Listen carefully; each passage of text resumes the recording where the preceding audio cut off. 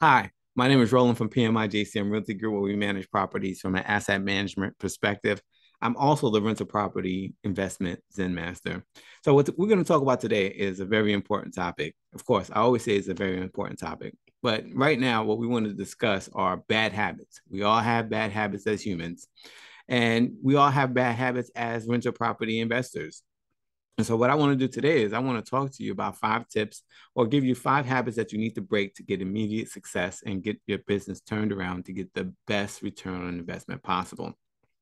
I mean, we're all human, we all make mistakes, we all have bad habits. Let's work on breaking them so we can do the best in getting the money we need or deserve based on the investments that we're doing. So, let's get into it. So the first bad habit that we want to talk about is procrastination on maintenance.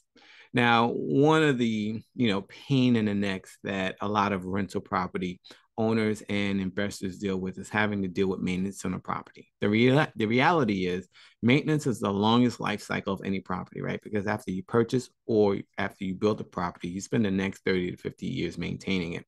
And sometimes getting to those maintenance tasks and getting them completed is not always top of mind and is not always executed as efficiently as you wanted to. One of the things that you can do to try to help with that is streamline your processes with your vendors. Typically, what I do, I actually hire a company to do all my maintenance coordination for me, so I don't have to worry about it. Once a call comes in, it goes to maintenance coordination company. They work with the vendor to make sure it gets scheduled. They work with the tenant to make sure everything gets done properly, and then I don't have to deal with it at all. But if you don't have the resources or the ability to hire that out, then you need to make sure you put other tips in place. I have a management system that I use, making sure that every issue that comes up is put into that system. You want to train your tenants to use the processes that you have in place to make things more efficient for you. If you have people calling you and texting you, those things can fall through the cracks really easy. But if you have a system that they use, once that notification comes in, you can forward that off to a vendor. And another, pro tip that I want to give you is use a system called Thumbtack or Angie's List. Find vendors on there when you don't have one on deck already. It's a very good and efficient way for you to identify good vendors that can do work, right? But once you identify that vendor, make sure you put a task or a notification in your phone or in your email or on your calendar to remind you to follow up either in 24 to 48 hours to just confirm that the appointment has been set.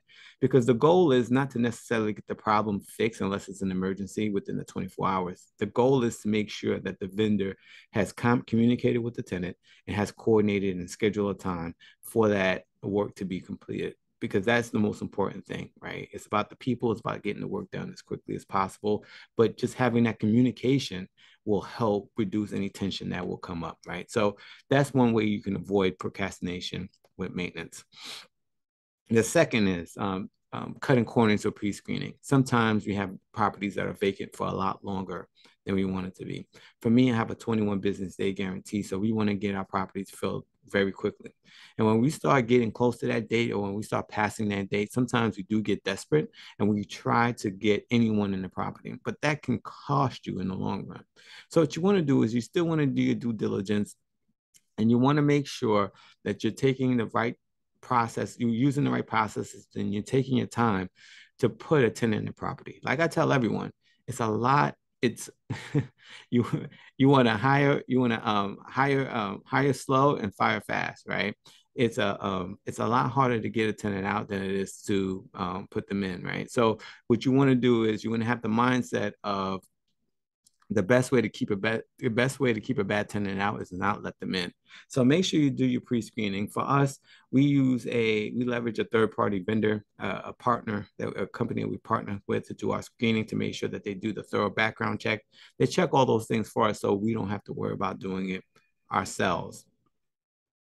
Then another thing that we see a lot in industries is that a lot of owners have their rents too cheap, right? They want to rent their property quickly, so they rent their property below market rates. While that may be all well and good, it's going to cost you money in the long run. I myself have lived in a property for four bedroom property, and I was paying $1,200 a month.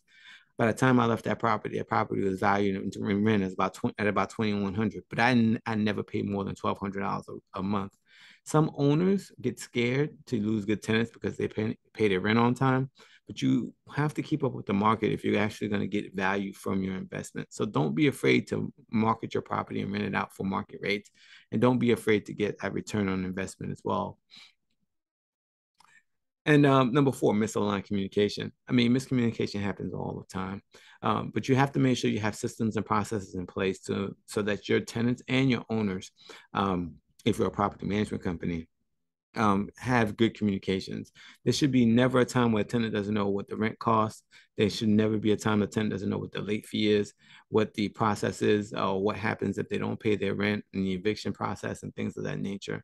Make sure you communicate with your tenants and your owners to make sure that they have the visibility they need to align the communication and avoid any miscommunication moving forward.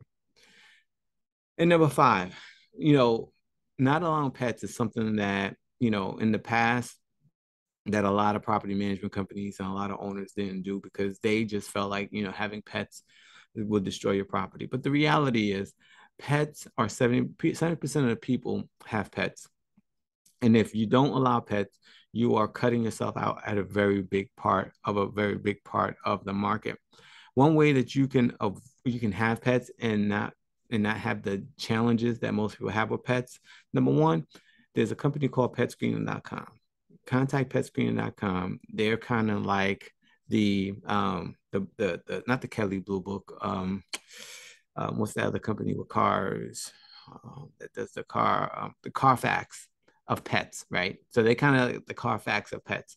And they have a database of millions of pets now, and they can tell you and everyone puts their pets through a screening process, and they have what they call a PAW score or a FIDO score, and that lets you know whether the pet is good or whether it's a bad pet, and you can use that to make a determination of whether you want to have the pet or not, or whether you want to charge more for that pet to be in the property or not. So don't be afraid of pet. Use that as a revenue stream to make more money for your property and your investment, and also protect yourself as well. I tell everyone that one of the most important keys to property management is risk mitigation, and there are some tools out there and programs available to help with maintenance, with the maintenance costs as well, even if the pet did cause some damage. Now, do any of these habits sound familiar to you? If you need help breaking the cycle with your property, let PMI JCM Realty Group help. At PMI JCM Realty Group, we're always looking to highlight the absolute latest tips in property management services. If you would like to get more information, we're having a free webinar on how to streamline your rental property portfolio for maximum growth. It's a topic that you don't want to miss. Not only are we going to talk about this, but we're going to talk about how to guarantee your rent even if the tenant doesn't pay, how to get money to pay for maintenance expenses without having to come out of your pocket directly. It's a gangbuster. It's gangbusters with full information, and you'll be able to get a great idea on how to move forward and really get a good return on your investment as well. Don't forget, we do have a Facebook group filled with investors that can help you with any questions that you have with your properties. So don't hesitate to join our Facebook group. The link is in our article. And also, if you have any questions or concerns and you have something specific that you need assistance with, put a meeting on my calendar. The link is also in the article. It's something that we definitely enjoy, helping people out and giving them tips and guidance on how to do property management better or how to manage their properties as a self-managed owner. Again, Roland from PMI JCM Realty Group, the rental property investment Zen Master. Talk to you again soon. Thank you.